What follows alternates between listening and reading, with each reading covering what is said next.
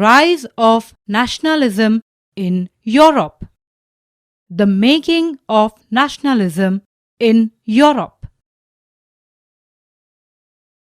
The map of mid-18th century Europe does not portray nation-states as we know them today.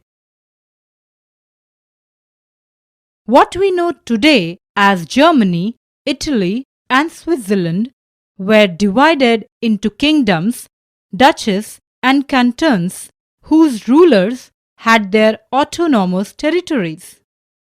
Eastern and Central Europe were under autocratic monarchies, within the territories of which lived diverse people.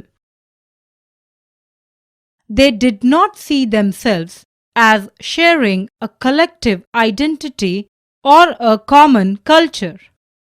Often, they even spoke different languages and belonged to different ethnic groups. The Habsburg Empire that ruled over Austria-Hungary, for example, was a patchwork of many different regions and people. Habsburg Empire included the Alpine regions, the Tyrol, Austria, and the Sudetenland, as well as Bohemia, where the aristocracy was predominantly German-speaking.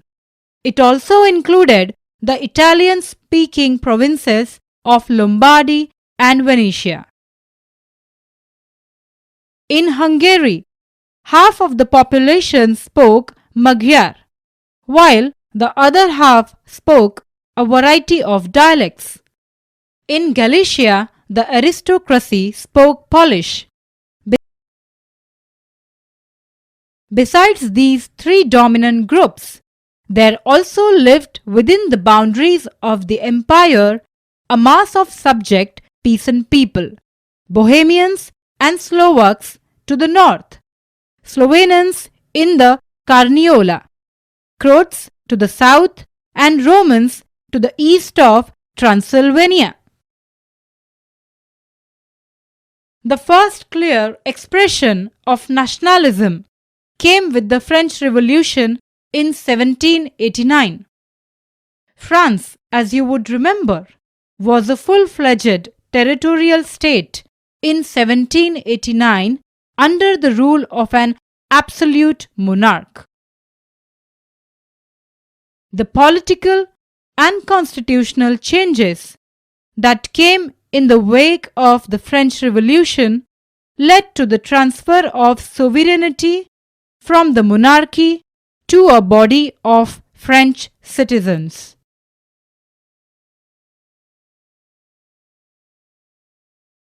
The aristocracy and the new middle class. Socially and politically, a landed aristocracy was the dominant class on the continent. The members of this class were united by a common way of life that cut across regional divisions.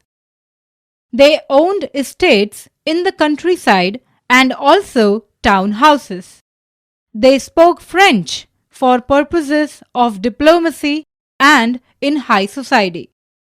Their families were often connected by ties of marriage. This powerful aristocracy was, however, numerically a small group. The majority of the population was made up of the peasantry. To the west, the bulk of the land was farmed by tenants and small owners, while in Eastern and Central Europe, the pattern of landholding was characterized by vast estates which were cultivated by serfs. In Western and parts of Central Europe, the growth of industrial production and trade meant the growth of towns and the emergence of commercial classes whose existence was based on production for the market. Industrialization began in England in the second half of the 18th century, but in France and parts of the German states it occurred only during the 19th century. In its wake, new social groups came into being: a working class population and middle classes made up of industrialists, businessmen, professionals. In Central and Eastern Europe, these groups were smaller in number till late 19th century. It was among the educated, liberal middle classes that ideas of national unity following the abolition of aristocratic privileges gained popularity.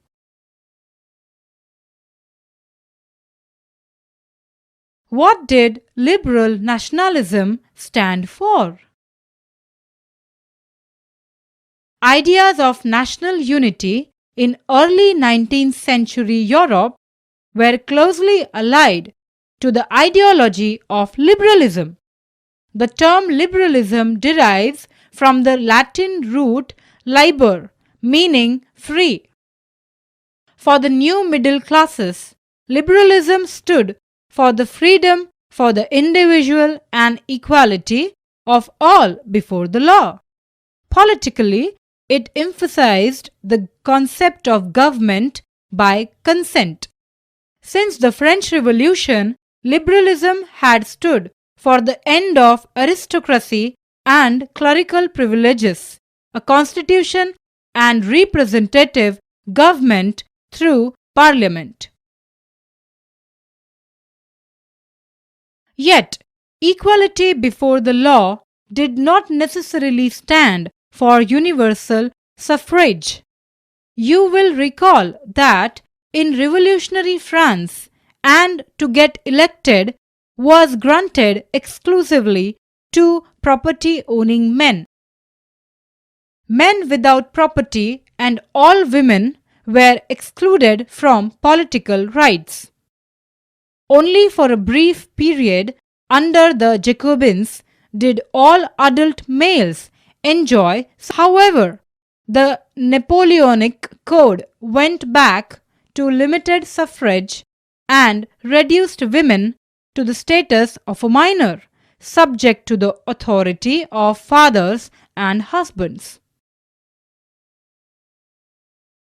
Throughout the 19th and early 20th centuries, women and non-propertied men organized opposition movements demanding equal political rights. During the 19th century, this was a strong demand of the emerging middle classes. Let us take the example of the German-speaking regions in the first half of the 19th century. Napoleon's administrative measures had created out of countless small principalities a confederation of 39 states. Each of these possessed its own currency, weights, and measures. A merchant traveling in 1833 from Hamburg to Nuremberg to sell his goods would have had to pass through 11 custom barriers and pay a custom duty of about 5% at each one of them. Duties were often levied according to the weight or measurement of the goods. New conservatism after 1815. Following the defeat of Napoleon in 1815, European governments were driven by a spirit of conservatism. Conservatives believed that established traditional institutions of state and society, like monarchy, the church, social hierarchies, property, and the family, should be preserved.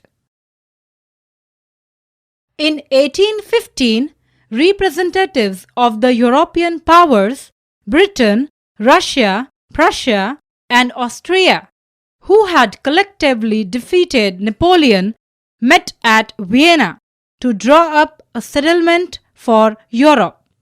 The Congress was hosted by the Austrian Chancellor Duke Metternich.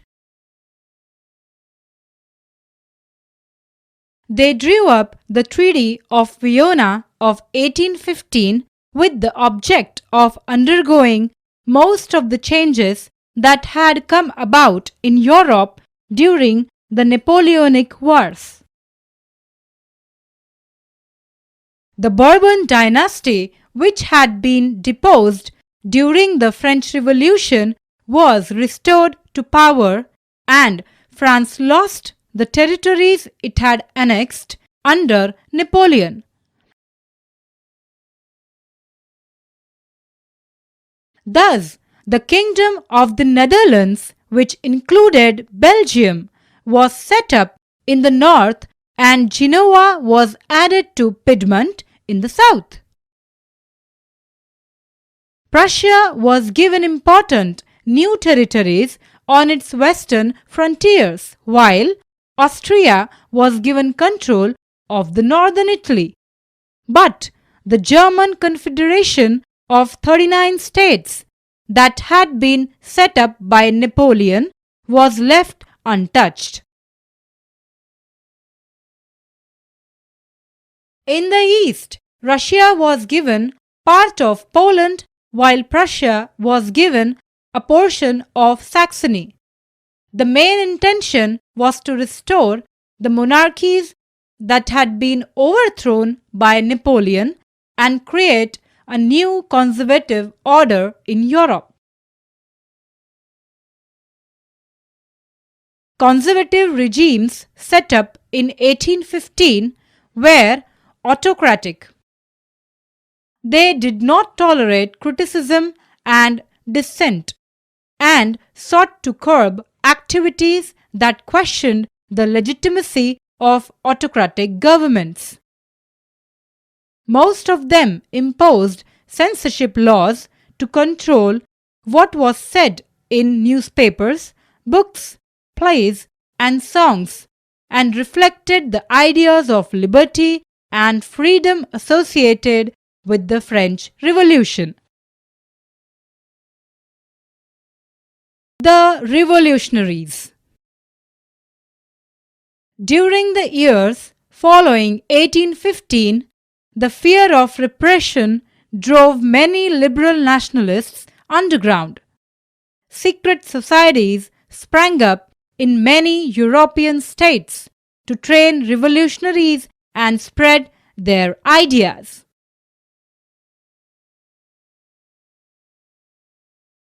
To be revolutionary at this time meant a commitment to oppose monarchical forms that had been established after the Vienna Congress and to fight for liberty and freedom.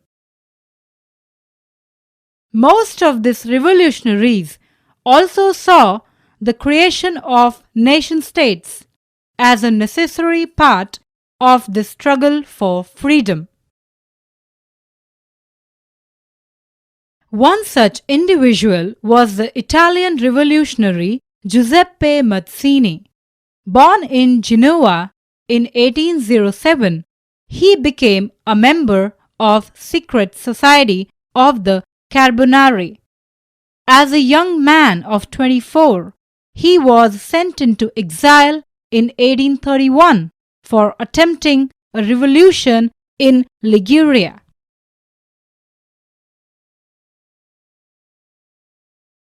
Mazzini believed that God had intended nations to be the natural units of mankind. So, Italy could not continue to be a patchwork of small states and kingdoms. It had to be forged into a single unified republic within a wider alliance of nations. This unification alone could be the basis of Italian liberty. Following his model, secret societies were set up in Germany, France, Switzerland, and Poland. Mazzini's relentless opposition to monarchy and his vision of democratic republics frightened the conservatives. Metternich described him as the most dangerous enemy of our social order.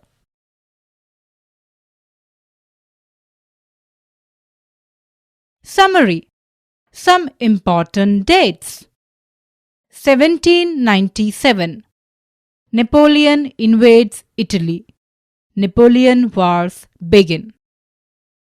1814 to 1815. Fall of Napoleon. The Vienna Peace Settlement. 1821. Greek struggle for independence begins. 1848. Revolutions in Europe. Artisans, industrial workers, and peasants revolt against economic hardships. Middle class demand constitutions and representative governments. Italians, Germans, Magyars, Poles, Czechs, etc. demand nation states. 1859 to 1870. Unification of Italy. 1866 to 1871. Unification of Germany.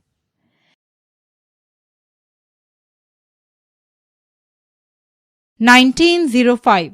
Slave nationalism gathers force in the Habsburg and Ottoman empires. That is all in this topic. Let us learn about the Age of Revolutions 1830 to 1848 in our next topic. Till then, keep learning.